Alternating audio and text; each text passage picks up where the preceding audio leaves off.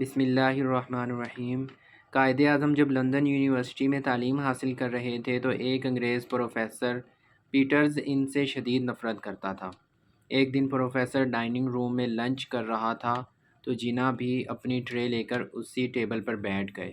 Professor کو اچھا نہ لگا اور اس نے کہا، جینا، کیا آپ کو نہیں پتہ کہ ایک پرندہ اور سور ساتھ بیٹھ کر نہیں کھا سکتے؟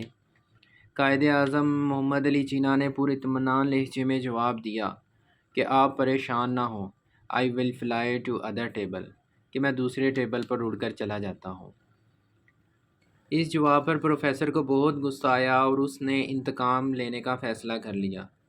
اگلے ہی دن جب پروفیسر نے جناح سے سوال کیا کہ اگر تم کو راستے میں 2 بیگ ملیں اور ایک میں دولت اور دوسرے میں دانائی ہو تو تم کس کو اٹھاؤ گے؟ قائد اعظم محمد علی جناح نے بغیر کسی ہچکچاہٹ کے جواب دیا کہ دولت۔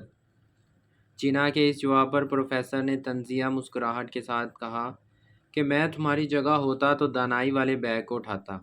جناح نے جواب دیا کہ ہر انسان وہی چیز چاہتا ہے جو اس کے پاس نہیں ہوتی۔